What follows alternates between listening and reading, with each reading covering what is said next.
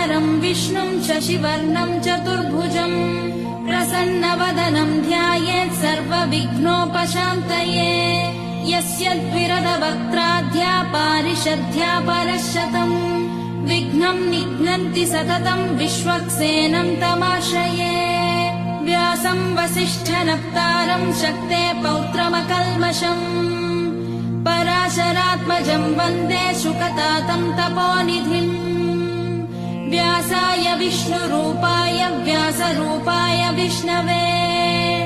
नमो वै ब्रह्मनिधये वासिष्ठाय नमो नमः अविकाराय शुद्धाय नित्याय परमात्मने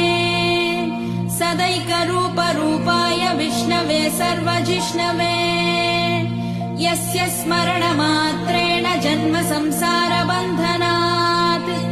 विमुच्यते नमस्तस्मै विष्णवे प्रभविष्णवे